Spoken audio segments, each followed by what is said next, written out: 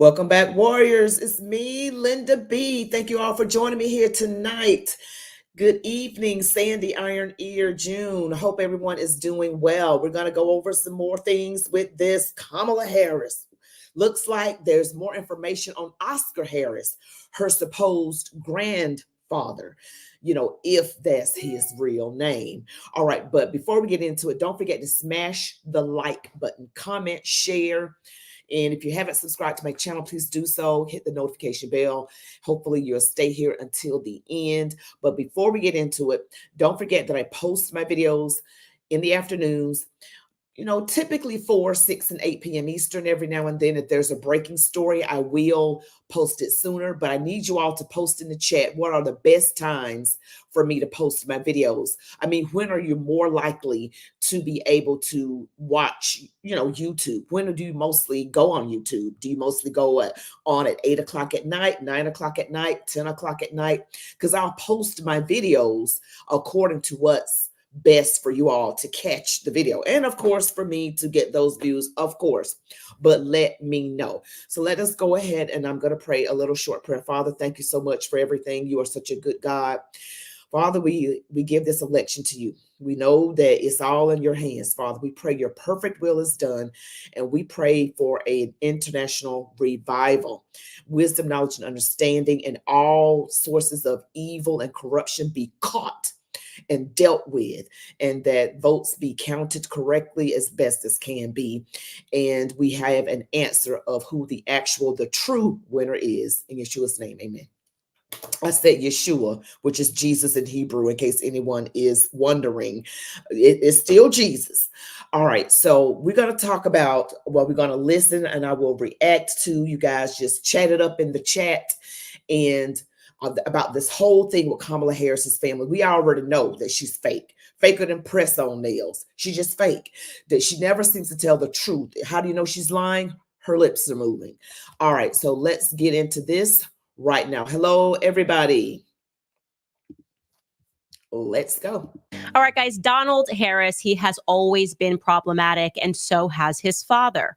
His father, allegedly, his full name is Oscar Wilde Brown Joseph Harris. That honestly should have been the first red flag. How many names can one man have? I'm just showing you guys a photo of Mr. Oscar Wilde Brown Joseph Harris. And in Kamala's book, reminding you that she said that when she was 10 months old, she visited Spanish Town, Jamaica. And this was her with her mother and her paternal grandfather. This photo is her with them. And Oscar Joseph is what she refers to him as in the book, which would be his middle name.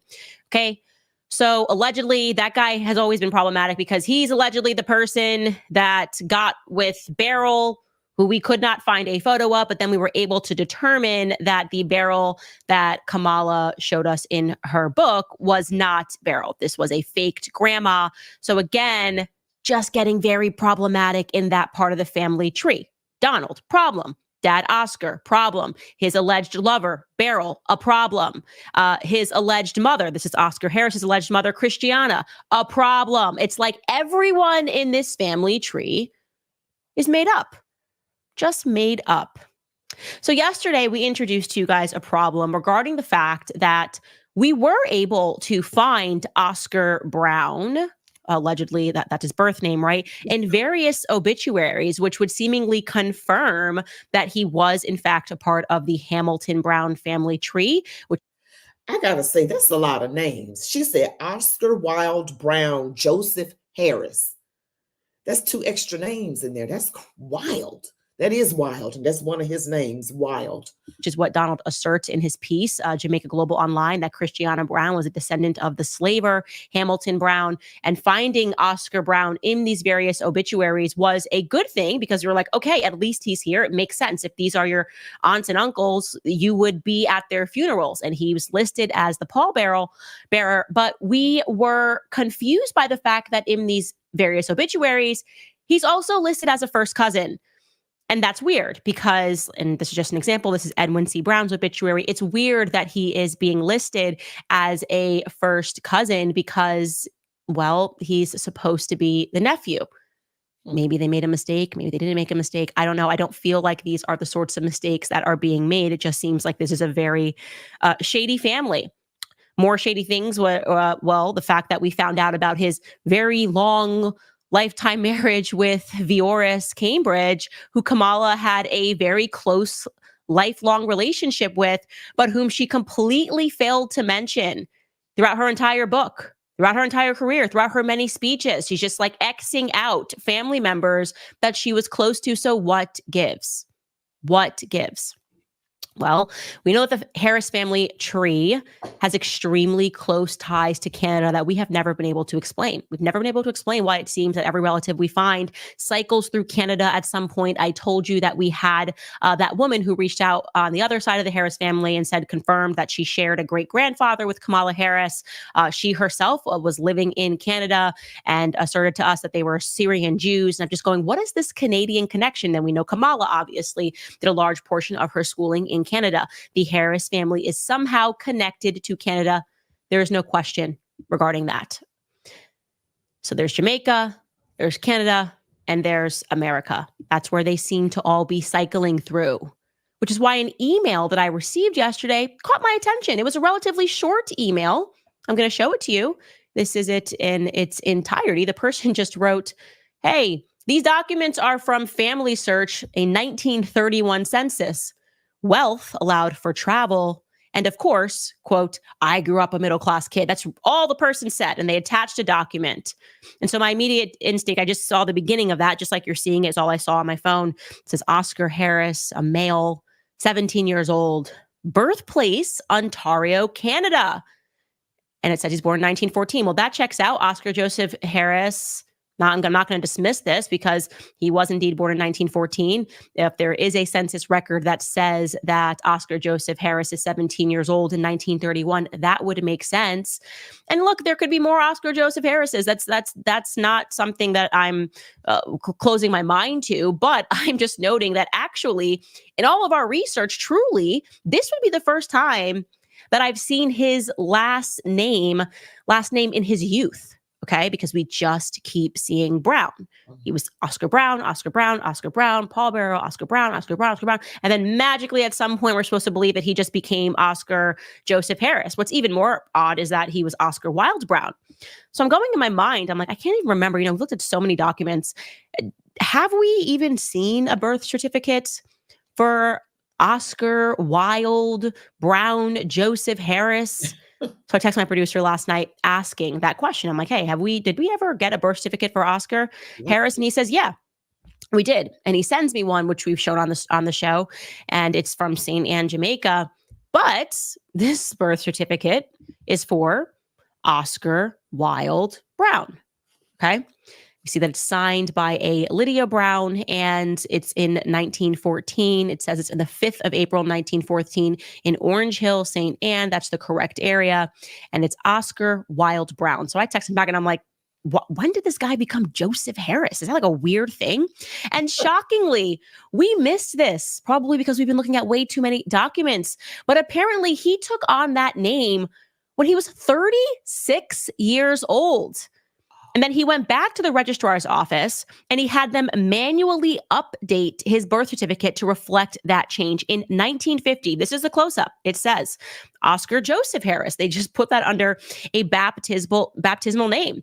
He's just going to decide that on this day and on December 12th of 1950, at the ripe age of 36, that he's now Oscar Joseph Harris, whole new name. Let me tell you something. I'm a Christian. That's not how baptisms work. You don't get to just pick a whole new last name and a whole new entire name simply because you get baptized. And least of all, would you expect somebody to do that who is male, and somebody to do that who is male at the age of 36, who's had their entire life under a different name, Oscar Wilde Brown. So what is this? I'm going, what is this? Is it possible? And now I'm taking you guys through my thoughts, okay? I'm taking you guys through my thoughts. I'm going, is it possible that Oscar Wilde Brown was this person who existed and lived in Jamaica, okay, who was in fact the first cousin of Edwin Harris and of Mabel Harris, and who was the pallbearer in his early 20s when his first cousins died? Is it plausible that that is a real person?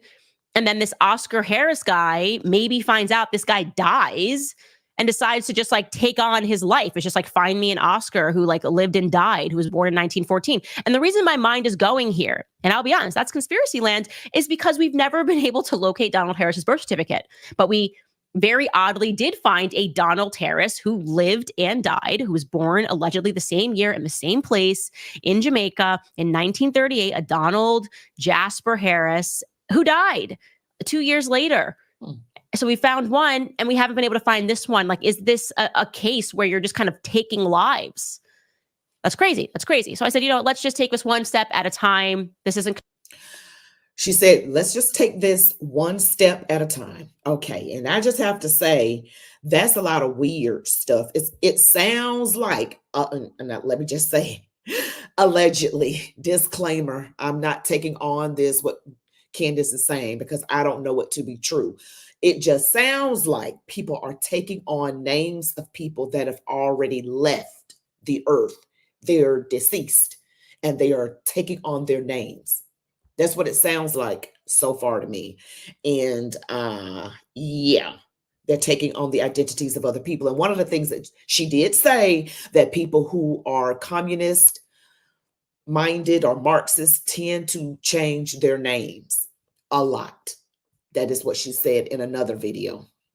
Confirm anything, but it is highly suspicious. I don't know anybody who just changes their entire first and last name, middle name and last name, as if they got married when they simply got baptized. And by the way, in speaking with his direct family members, so I ran this question by them, they're like, no, he never changed his name.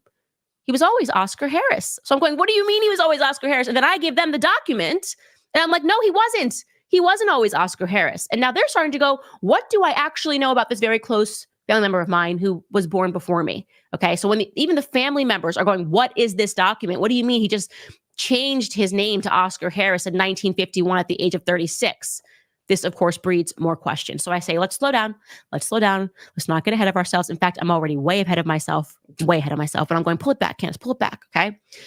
So I go, let's just focus on this Canadian document. Let's look at this Canadian document in its entirety. And I'm going to show you this document, okay? And it is a census, and it is indeed from 1931, and it is from British Columbia. Specifically, it is from Nova Scotia. And you can see highlighted there in yellow, you have Oscar listed in the household, and you might not be able to see this. It might be a little too far for you to see. Oh, actually, just kidding. I have a great editor who decided to zoom in on it. But the patriarch of the household, who's listed as the head, is what appears to me to be Daniel Harris. Now, that could be a G, that could be an L. On this website, it has it listed as Daniel C. Harris. Okay. And also, what's remarkably interesting about this Daniel C. Harris, I'm just going, let me just debunk this. It's easy. Let me find this Oscar Harris, this Daniel Harris, and find this family and find a picture and go, oh, no, this is another one who lived in Canada, had nothing to do with anything, who's just trying to feed his family before World War II. And curiously enough, in the professional column, he's listed as a master mariner. Now, for those of you who are like me, not that interested in ship vessels, not that interested in learning about the maritime order, not that interested at all in what happens out at sea. Sorry, I hate to be a stereotype here and be a woman. I did have to look this up. I said, what is a master mariner? Maybe there are some fellows out there who don't know this either, but men tend to like all that stuff. The definition in the Royal Navy, the British Royal Navy, the master was the person that was in charge of the ship and the mariners during the Middle Ages. The master was appointed by the Council of the Marine and was responsible for sailing the ship as directed by the captain. The captain was responsible for fighting the ship when engaged by an enemy. But a master mariner is a professional seafarer who is qualified to command any ship of any size and in any part of the world. So you're like the top dog. You are just like the top G of the waters. Okay. That's just what they're responsible for, all sorts of things of the ship: navigation, planning, safety, administrative tasks, personnel, you name it. And they could just throw you on any type of ship and you just know what to do. Okay. And it takes a lot to get to that classification.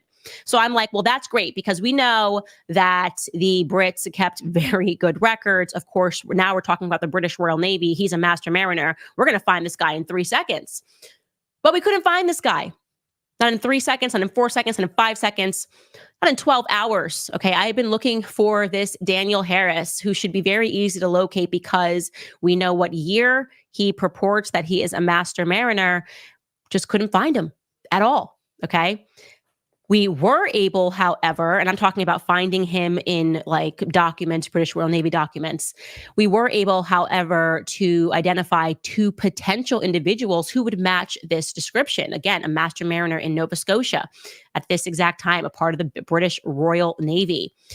We found one website and we found a man that was listed as one of the United Kingdom's honorable company of master mariner website. There's a whole website dedicated to the Honorable Company of Master Mariners.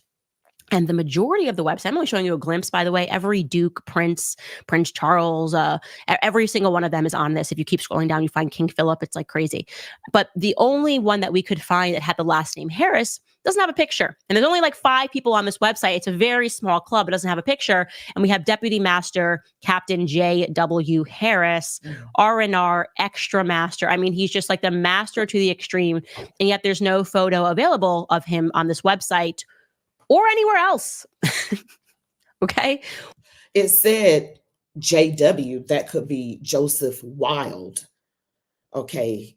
You know, she did say, well, no, that was Daniel Harris. I'm not sure. Let me just keep listening. Or anywhere else. He's in the small club, a small club with kings and dukes and princes. And yet we cannot find a picture of this J.W. or any other documents pertaining to this J.W. Harris. Okay. But you'll note that date says 1945. This guy we know was the mariner in 1931. So it's a lead and it ended nowhere for us. We couldn't find anything on J.W. Harris. If you can find something, please send it to us. Okay. So then we said, okay, let's just look for a list of all master mariners in Canada, because again, it's a pretty small club. Like we don't have to crawl through a ton of indexes and go through thousands of pages. It's a very small club of people who have achieved master mariner status, particularly in Nova Scotia. And we were able to find one person on this very short list who fit the description in terms of the time that he was a master mariner. We learned from a document that this guy retired in 1937. So he was a master mariner through 1931. But this guy's name is neither Daniel C. Harris or J.W. Harris. It's Charles Israel Harris. Okay. And we're able to find Charles Israel Harris easily on an ancestry website. Okay, we find him, we pull him up. It's like, this is his wife. His wife's name is Paquita Harris. I'm like, oh, Paquita, like what? Maybe Paquita is Cuban. What do we know about Paquita? Paquita, you know, Oscar looks like he's got a little bit of color. Is he Cuban? Or am I about to find out that Oscar Harris is Cuban? Kamala's Cuban. She's even potentially more Marxist than we could ever imagine. Is she like Fidel Castro's daughter? I don't know. I'm all over the place. I'm going crazy. But then it was weird because no matter how many times we looked for Charles Israel Harris, and this was when we started going, okay, let's start looking through newspapers and crawling through, we couldn't get a hit on this guy. And yet it says he has all these kids. The last child died in 1992. None of these children, we can't find them in obituaries. And out of 6 of the children that he and Miss Paquita Harris had, none of those kids had grandchildren. So the line just dies very quickly. It's all getting very weird. Okay. It's very weird. But again, we're just starting the search. We've been starting the search since like last night to now. So it's not thorough enough for us to conclude conclusively that they did not have any grandchildren. Perhaps they did. We just weren't able to locate them. And so I'm going, okay, what am I missing here? Let me just look up Charles Harris. I'm going to look up every single hit like a psycho and see if I can find a Charles Harris hit. Forget the Israel in Nova Scotia. Give me something, Canada. And by golly, I get a hit for a man that died when he was 101 years old, and it is our guy. Except his middle name is now not Israel. It's not Israel. I don't know what happened. He changed his name, and his middle name is Isador. Here's the obituary for Charles Isador Harris.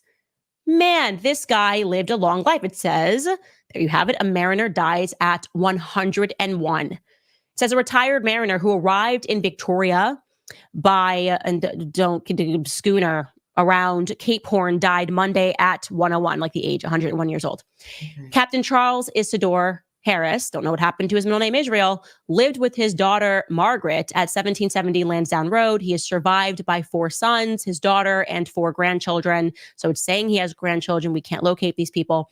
He was born in, I'm sorry, Canadians that might say Cabarrus or Gabarus Bay in Cape Breton Island. And by his late teens, he had been a sailor, a mate, and held a temporary master's certificate. Captain Harris was 22 when he came to Victoria from Nova Scotia, sailing on the schooner Sapphire around the Horn. The trip took 8 months from June 6, 1887 to February 14th, 1888. Settling in Victoria, he married Bakita Cox, the daughter of Captain Graham Cox, the owner of the Sapphire and 2 other vessels. Captain Harris served on 2 sealing schooners. I think they meant to write sailing. Maybe it's sealing schooners. The Maybelle and the Mary Turner. For some time, he captained the salvage tug Salver and then became the BC Coast pilot. In 1926, he piloted. He looks Jewish to me. Of course, said the name was Daniel or Charles Israel or whatever. He just looks Jewish. The Hood, the largest British battleship afloat into Victoria. For his pilot work, Captain Harris received a citation from the Royal Navy.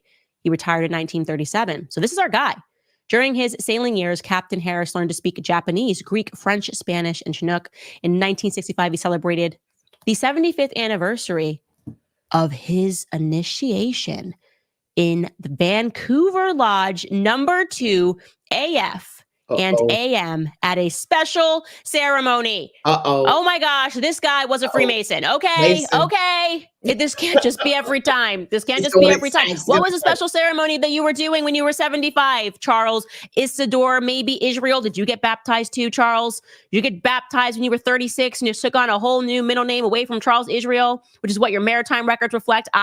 Your maritime records say Charles Israel. Now you're dead. You're Charles Isidore. How many times can we change our name?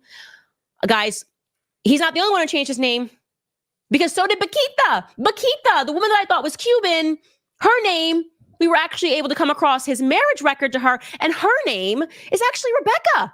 Rebecca at some point became Bakita. Charles Israel at some point became Charles Isadora. Oscar Harris at some point became Oscar Wilde Brown, or Oscar Wilde Brown became Oscar Harris. Ladies and gentlemen, I don't know what is going on. Neither do I. All these people start off one way. Rebecca becomes Bequita. We had Oscar Wilde Brown. Joseph Harris became Oscar Joseph Harris. And this is all insane to me. And that man that was in the paper, his name was Charles Isidore Harris Israel, then became Isidore. I'm like, what? He looks Jewish. This is the marriage certificate. I cannot make this up. He got married to Rebecca Cox, not Bakita. Who is Bakita? And you guys are wondering why Kamala Harris just puts on all of these different personalities. Look at this family tree, potentially. By the way, we still have to be able to confirm whether or not this could not be David C. Harris. Maybe there's another David C. Harris. But every time I look up a Harris, it just seems like the Harrises out there just change their names all the time. Maybe you're watching this and you're a Harris and you're completely unrelated. Have you changed your name? Because I find that to be problematic. I just cannot. I cannot with this. And you know what it makes me think of? Because we're still obviously needing to investigate this, and we may not be able to find Daniel C. Harris, but I'm telling you, there's not a lot of master maritime people, and we can only find these 2. We can only find Charles Israel or Charles Isidore, Bakita, Bonita, Spanishita. I don't know what's going on, but now I understand why Kamala just be out here, just putting on different personalities. I get it. I finally get it, where her personality potentially comes from. But you know what this makes you think of? There used to be, not used to be, I guess there are people that subscribe to this, and I don't even want to call it a conspiracy theory. It's a theory, okay? It's a theory that's out there that I've never explored. That's better than calling it a conspiracy theory, because I don't know. But people believe that there are these bloodlines, like these ancient royal bloodlines, and that people that are from these bloodlines are always the people that are elected into positions of power, and that it is because of our own ignorance about genealogy that we don't realize that power keeps being handed to the exact same families. That was kind of the thought process that I had as I was looking at this, and suddenly I'm like looking at royal British naval intelligence Freemasonry. I'm going, how? I was just trying to prove that she was a little Irish for Janet Jackson. How did we get here? I'm so scared. It's so spooky. We're going to have to leave you on that note. If you guys are good at researching, jump into this. Look up Daniel C. Harris, Daniel I. Harris, Daniel J. Harris. Maybe he took on a different name, but I am telling you, master maritime people, there just aren't a lot of them. So I hope that you guys are able to come across some documents that may help us as we continue this search. All right, guys, if you want to have a deeper prayer life and you don't know where to start. Wow, this is crazy. It's getting crazier by the moment. All of these name changes make it hard for you to track people down.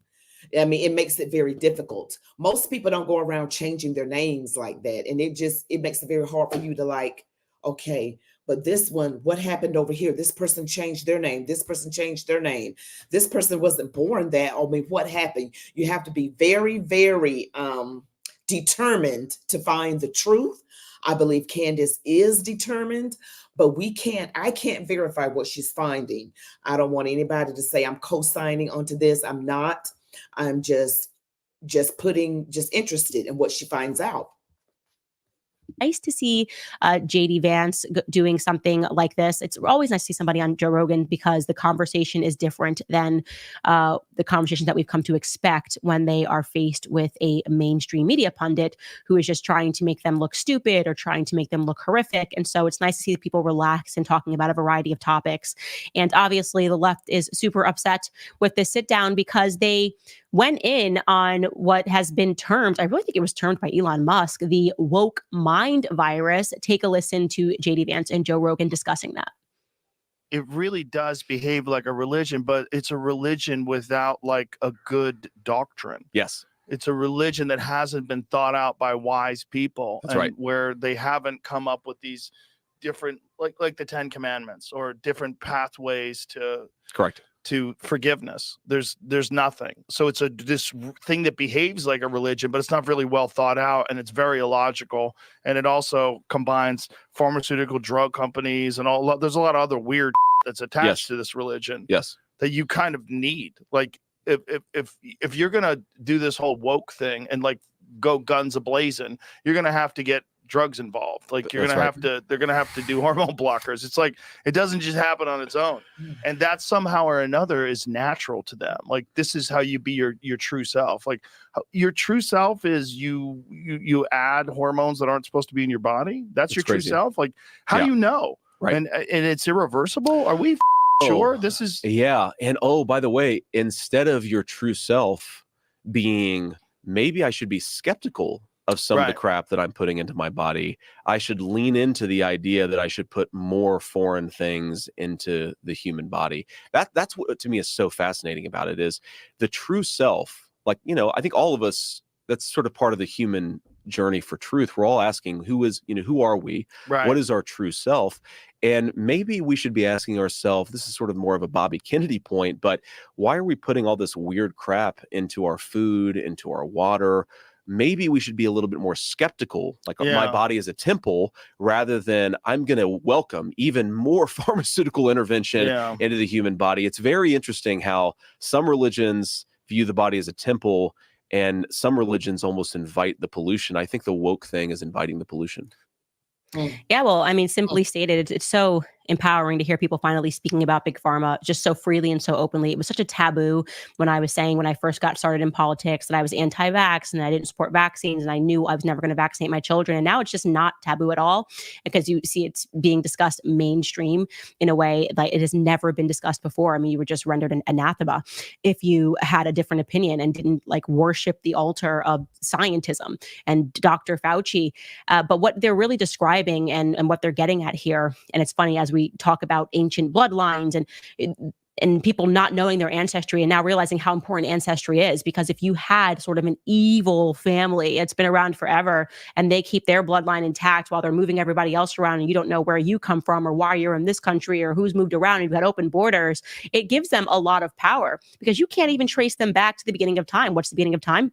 The Bible, right? What are they actually minting? The Church of Satan. What are they fighting against? The natural order, otherwise known as the Church of God. They're fighting against the Bible every regard, and that's why I say it's so important, even if you are don't deem yourself to be religious, man, get into the Bible, because that's your story. So like, do you care about ancestry? Like, there you go. Are you enjoying this series? Do you care about ancestry? Are you finding it interesting? Are you starting to wonder, like, maybe the Bible's telling the truth, and there are these tribes, of people who were Canaanites and people that were evil and who practiced pedophilia and child sacrifice. Like, maybe the Bible is that, and those same people have worked really hard to get the Bible removed from the classroom and have worked really hard to make sure that you were an atheist that wouldn't go to church or believe in God.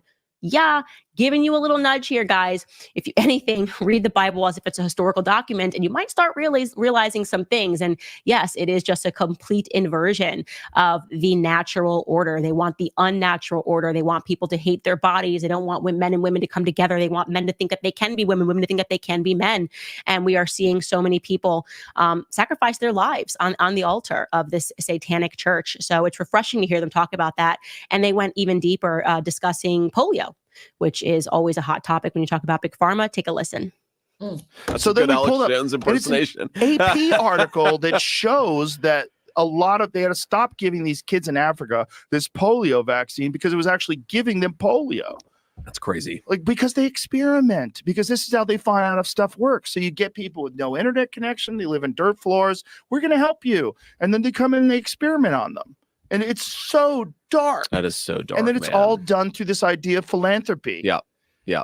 And it's crazy. And they profit off of it. The whole thing is madness. And because they have so much influence and so much power and so much money is being generated, they're allowed to get away with these things. Just think about like that from the perspective of these poor people. I mean, I assume the polio vaccine thing happened in Africa, or did it happen somewhere else? Okay, so you're in Africa. Some white dude shows up, says that he cares about you, gives you a shot that's going to, prevent you from getting some disease, and then you become like permanently disabled or you even die because of it. Like, think about what effect that has on how those Africans perceive our civilization. And are we going to have, are they going to we're going to have a conflict in 30, 40 years because people are so pissed off about us coming in and giving them healthcare that isn't actually healthcare. I really worry about that stuff. I mean, this is one of my big things with the Russia-Ukraine conflict is people don't realize how much of Africa's food supply comes from the Ukraine, like an astonishing amount. So if you have this war that goes on forever and there's not enough food going to Africa, are you going to have a bunch of starving, desperate people who are like pissed off because they're starving, who hate European civilization because they don't have, they're not getting the food that they were expecting to get? Like, we never think about the knock-on effects of this stuff, right? Yeah, it's really dark and really evil that we're giving them polio. I also wonder, the people who live in the village that got polio, what the hell are they going to be doing in 30 years? They're probably going to hate us.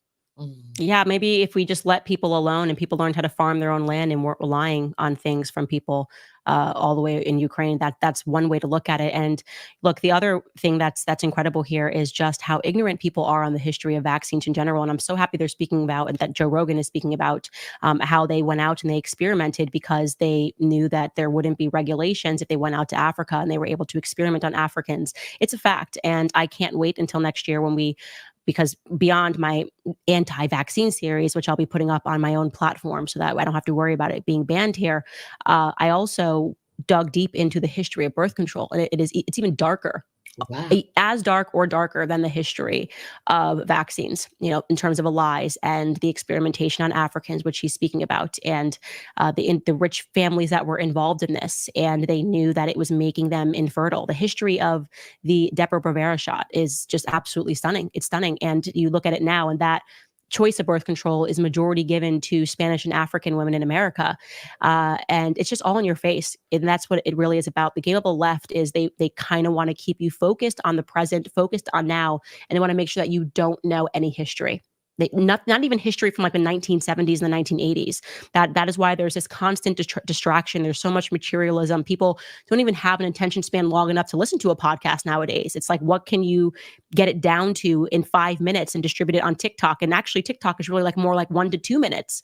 And that's because they don't want you to even have a capacity to sit down and know your own ancestry, to know your own history, to understand what happened and understand why you shouldn't trust these very same organizations that are demanding that you listen to them. And unfortunately, I always have time for a little bit of research. I will always make time to research genealogy, the history of vaccines, the history of polio, the public poisoning which took place regarding DTT.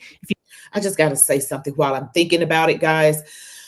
I'm not into all those jabs. That's just what I'm going to call it. I did not get the jab from the pandemic. I did not get it. I don't know if you did. No, I'm not saying anything against anybody that chose to get it. Everyone in my home supports Trump, and everyone in my home did not get it. But everybody else in my family, in my biological family, got that from a few years ago. The jab is what I'm going to call it. And they support the other person in this presidential election. They support her. So I'm just thinking about the thing that they said about them doing these experimentations on Africans, because a lot of times they did that with the, gosh, I can't think of the name. I think it's the Tuskegee experiment, if I'm not mistaken, where they tested it on Black men and did things. They do things to Black people. Okay, to see how it works. And, doing it on Africans, going all the way to another country on Africans, testing things out. And these people are getting sick and dying, and because they don't care. That's why I really, really wish Black people in America would not vote the way we vote. Now, I don't vote that way anymore. I am pro-Trump, as you already know. I'm pro-God, pro-America, pro-free speech, religious freedom, the Holy Bible, the biblical definition of a family. That is me. But they're trying to spread this demonic stuff. Kamala Harris even went over to Africa and tried to get those African countries that don't want anything to do with homosexuality for them to do it. They pushing people on this lifestyle onto other countries. I mean, you talking about arrogant and just ridiculous. How about you take care of America? But they are destroying the country and going spreading this sickness, this sin into other countries. We need to mind our own business and take care of over here first, America first. And it just reminds me of that Tuskegee experiment, testing things on Black people, because we're, back then they would just test things on us. And I don't hold any ill or any grievances against anyone. I'm just stating facts here. If you go to my X feed, by the way, I was going to include it in today's episode because they tried to community note me when I talked about how they diagnostically changed the definition of polio so that people would believe it was almost like an illusion that they eradicated polio. And actually, the Daily Mail did an article which was entitled "Children Are Sprayed with Dangerous Pesticide DDT." I linked it onto my X so you guys can find that. But it tells a story, the very true story in 1940s America, when they were telling everybody to spray themselves, their children, their crops, and their animals with DDT before they realized that actually it's a poison that paralyzes you. At this exact same time, there was an outbreak of polio. And wouldn't you be so surprised to learn that polio got eradicated after they stopped poisoning? Even the animals were becoming paralyzed because of DDT poisoning. If you go look up DDT and you look up what that is and what that substance does when it's mass introduced to your body, it quite literally causes temporary paralysis. And so it's all of these change definitions and changing diagnostic definitions and people just believing in legends that are sold to them by the very same people who poisoned them. Big Pharma now saying to you, oh, we eradicated polio. No, how about you apologize and admit that you mass poisoned children and mass poisoned animals and mass poisoned apples with DDT because you didn't want ticks and fleas. Until you accept that, I don't believe anything that you say. Anyways, we can now have these conversations because you saw what they did during COVID. Oh, the COVID numbers are this. Change the diagnostic definition. Okay, lower this, lower the machines, and this accounts as polio. Okay, now none of that counts for polio. This is the power that Big Pharma has always had. They control the definitions, the statistics, how they measure things, and the definitions. Anyways, I'm getting on a shot in the dark rant, and I don't need to, but when I saw that, it really made me think about things. And I'm just really happy that we're getting into a place in society where we can have these conversations and people don't run and go, oh my God, it's a conspiracy and you're trying to kill me. They're starting to ask questions about what exactly it is the government is trying to do to them. All right, guys, I want to tell you about PDS debt. No one wants to think about debt, but the hard. That is, it's a lot to think about. And wow, about the pressure to get certain things put in our bodies, because if you don't do it, this could happen to you.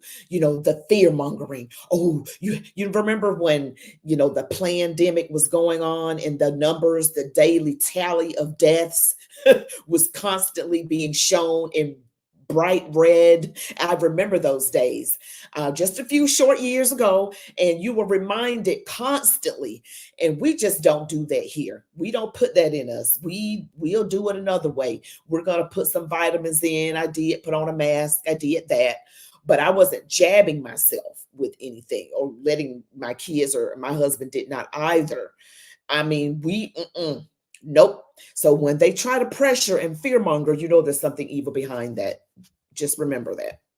And Mark Cuban went on The View and basically had a message for women that support Trump. So everybody's garbage, but women, we got an extra special message for you if you're supporting Trump. Take a listen to Mark Cuban. What does he have to say? Donald Trump, you never see him around strong, intelligent women, ever. It's just that simple. They're intimidating to him. He doesn't like to be challenged by them. And, you know, Nikki Haley will call him on his nonsense with reproductive rights and how he sees and treats and talks about women. I mean, he just can't have her around. It wouldn't work.